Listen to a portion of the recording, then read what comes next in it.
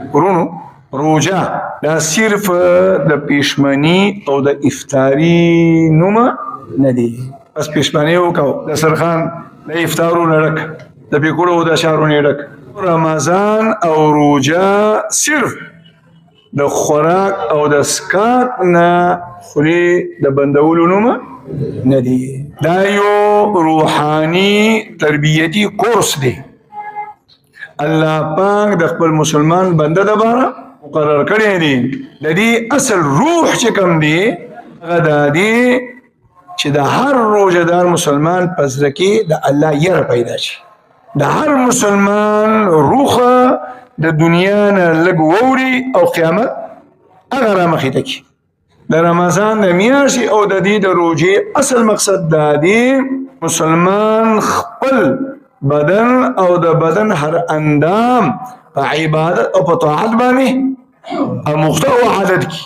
د رمضان د میاشتې د روجو او د دې میاشتې اصل روح هغه مقصد دا دی چې هر مسلمان خپل نفس ته واګي واچي او د خپل نفس او خواهشات د ګناهونو نه رایسار کی.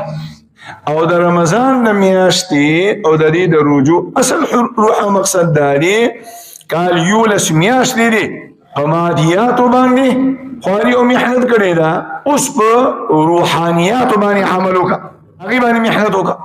د رمضان د میاشتې اصل غرض او مقصد دا دی چې ټول کال دی خواري کړی ده د بدن او د جسم د ضرورتونو په پوره کولو باندې بدن دې ساتلی دی پټ کړی نه دی.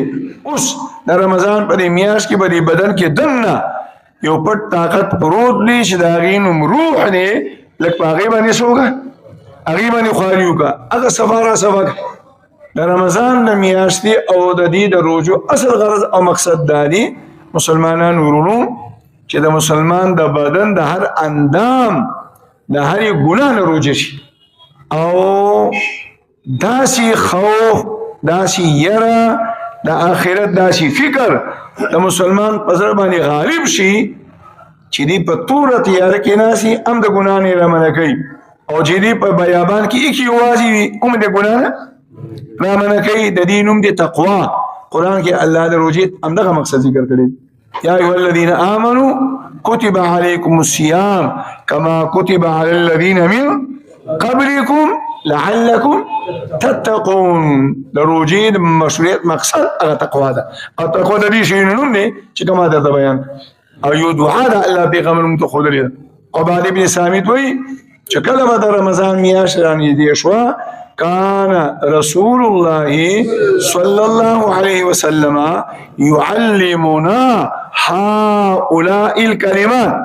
د دې کلماتو ترغیب به راکولو دا به راته زده کولې اللهم سلمني من رمضان وسلم رمضان لي وتسلمه عني متقبلا. اللهم سلمني من رمضان اے زما ربا د رمضان میاشت را روانه او د رمضان میاشت ته می د هر قسم امراضو بیمارو پریشانو تکلیفونو بس اوساته. د رمضان میاشت زما د پاره د هر قسم پریشانو او د غمونو پاک اوساته او د رمضان په دې میاشت کې زما اعمال په عافیت سره قبول کړه.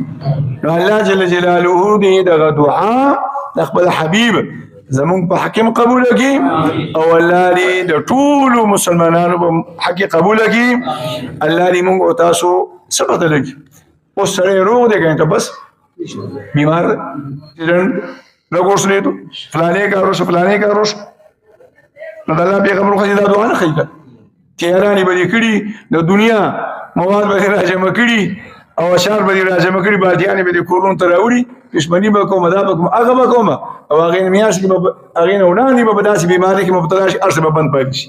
اللهم سلمني من رمضان او نعوذ بالله ثم نعوذ بالله د شعبان میاش به خوشحالو کې ډیر شي او د رمضان په میاش کې به داسې پریشانی در باندې راشي چې ارسه به نه پاتې.